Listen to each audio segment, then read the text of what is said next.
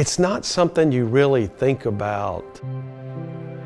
While you might be thinking about leaving a legacy to your family, what are those things that are important in our life that we want to support when we're gone? So we moved here in 1989, and we lived over in Forest Park, Highlands area. Fell in love with the church, and we got involved particularly when we had children. We did have sort of a monumental moment when our children were probably getting into high school. They were with other kids at other churches, and they had big programs, and they had friends at IPC, but they wanted to worship and experience what these other people were having, and we went with them and we worshiped in a variety of local churches.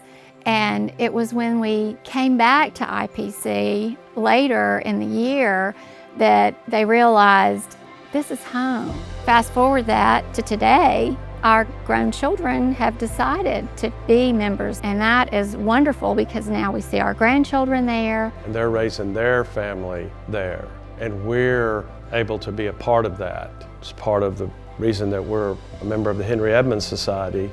IPC set up an endowment for those who would leave in their will or trust to the church foundation. We didn't think necessarily about it, but we were asked. So when we learned about it, well, of course, we would want to give back part of what God's blessed us with to Him and His church to help create and endow the ability for the church to continue to do those things that we experience and that they provide for others, not just in the congregation, but within the community and globally.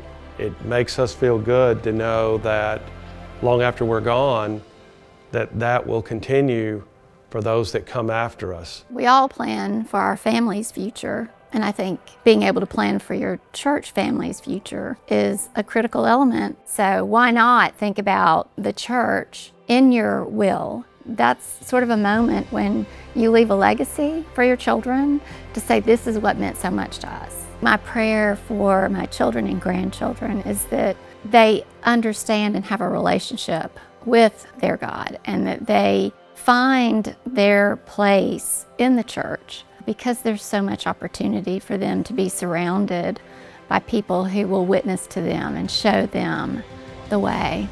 We all are here today and will be gone tomorrow. And the church is a bedrock here today and will be here tomorrow and on and into the future. And it's important that those of us that are here and now are able to do those things to continue the work of God in this church community long after we're gone.